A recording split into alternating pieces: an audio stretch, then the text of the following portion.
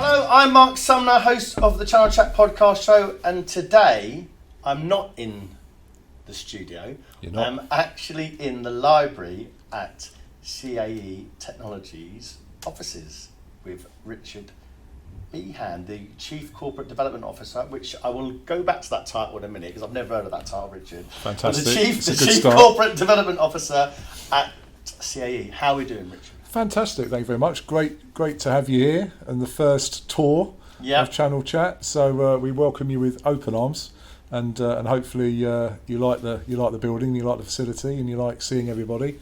But yeah, really great to have you here. And as a little token of your first grand tour session, we've got a little goodie bag. So I'm not expecting you to open the champagne here, but I thought it might be something that you can celebrate as in your first on tour for Channel Chat. So for Justin and I, there's a little something for you to celebrate back with the team, and great to have you here. Great, no, thanks for inviting us in. Pleasure. Well, in fact, you didn't invite me in. I bulldozed my way in because I said I was coming in because I wanted to do it with you. So thanks for even letting me through the door. Let's say worries. that. The locks failed. But you're in. Richard, when I normally get a guest onto the show, I normally go back through their history, and I like to take it right back to the beginning. And I noticed that you were a local lad, actually, University of Hertfordshire. So take me back to the story. So business administration, business science at the University of Hertfordshire. Yep. What made you pick the degree? How did you start off? So I'll go back a little bit more. I think I've always had a keen interest. I've always liked business. I've always been entrepreneurial, I think. I've always liked to try and find different ways of doing things, and I've always had that sort of hunger, that energy. So I suppose that gives a bit of essence of me. Of school, A-levels, pretty standard route, university, all local, like I say, all local to Hemel Hempstead in Hertfordshire, which I'm very proud of. Then what made that journey? Why stay local still? Why not go away to university? That was a big decision. And the main reason for that was work, actually. I think I just had the hunger, the drive, the desire to just get into work quickly. And in fact, I've started in the channel, because I've only ever worked officially full-time in the channel, where I had an opportunity to work while I was even finishing off my degree. Okay. So it was a case of, I'll stay local, I can keep working, keep employed, keep the money coming in, enjoy the lifestyle, and that was actually a big reason for it. It meant I could do lots of those things at the same time, and enjoy taking the study. Business just seemed a natural fit for me. The administrative side, some numbers, some statistics was a bit more interesting, but you had classic business stuff like marketing as well. So it's just quite a broad subject. Enjoyed it, but the locality just enabled me to take advantage of work as well at the same time, and do it all at the same time. Probably a bit too much with hindsight, but I enjoyed it. And I even did what was a sandwich degree then as well, which was a new thing. And should you be doing it, having a year as part of your study, but your third year being out working, and then you finish off your final year as your fourth year. But I love that. I love getting out and using that time to work and get into have experience working in an organisation, seeing what an office was, and just learning and understanding what that was all about. I just loved all of that. And where did you work in that sandwich? So I worked at Vauxhall in Luton. I've got a passion for cars that may or may not come out at some point, but love cars, always have done. And again, it was one of those things, employers come to the university who want to take Sandwich students. What do I take? What's my interest? I love cars.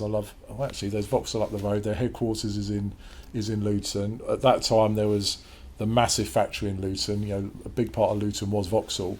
Went there. They had a graduate programme. Did make me laugh, actually, because obviously I drove like 5 minutes up the road to go to Luton and have walk into a room with 40 other graduates that have come from all over the country and flown down, stayed over, asking. They'll go around the room asking everyone, what's your expenses? How long have you taken to get here? Where are you staying? And they came to me. I'm like, I'm just down the road, actually. So you don't worry me about it. I'll be okay.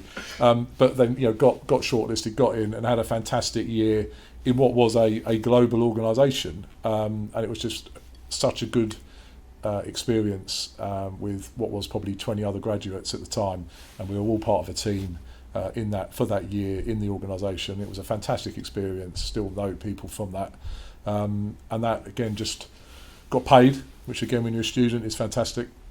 And it just sort of made me want to get out into the big wide world even more and crack on. And that sort of was the story around me, keeping local, mixing education, getting into full-time work. That's a big part of it. So when you left uni, was there an opportunity to go back to Vauxhall? Would you think you could have a career in cars? I always thought I could. I love it. You know, I do love the car industry. I love the motor industry. I suppose for me, it did come down to the point around, is that ultimately what I want to do? And you know, I had other opportunities, whether that's through sort of friends, acquaintances around tech.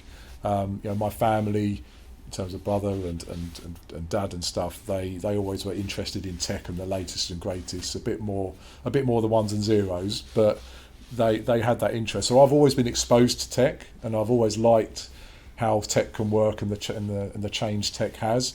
And again, just through friendship and opportunity, that's how I found my first role in what was ultimately then the channel and as a reseller. So let's kick it off. So your first job in tech, talk me through it. Where did you find it? What was it? So it was at Fastnet Systems in Basingstoke. Great organisation, Cisco partner. And very lucky to be mentored by some great people, some great directors. It was a great organisation. I think it, at the time, turned over about 40-50 million, very much focused on Cisco. So that was my first introduction to Cisco. But yeah, got mentored into like the major accounts team, into a sales type role. But really from the ground up, what is sales, what is technology, what is Cisco?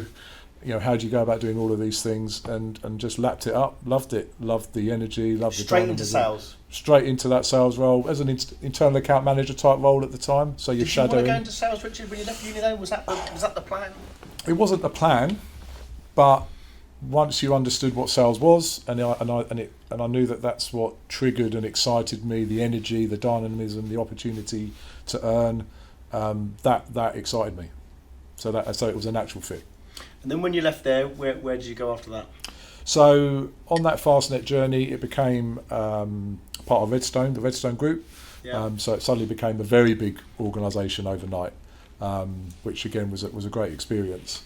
But I was still located here. I was doing 120 miles a day round trip to get to work for 9 a.m. Wow. And leaving at 5:30 a.m., which was as it was. Obviously, a bit better these days. You have a bit of that flexibility, but back then, that's how you did things, and 100% no problem at all. That's what expected. But as I started to develop and have more confidence in my ability and wanting to do, go into that sort of full sales role and that full experience of engaging with clients, etc., I thought it's a good time to move.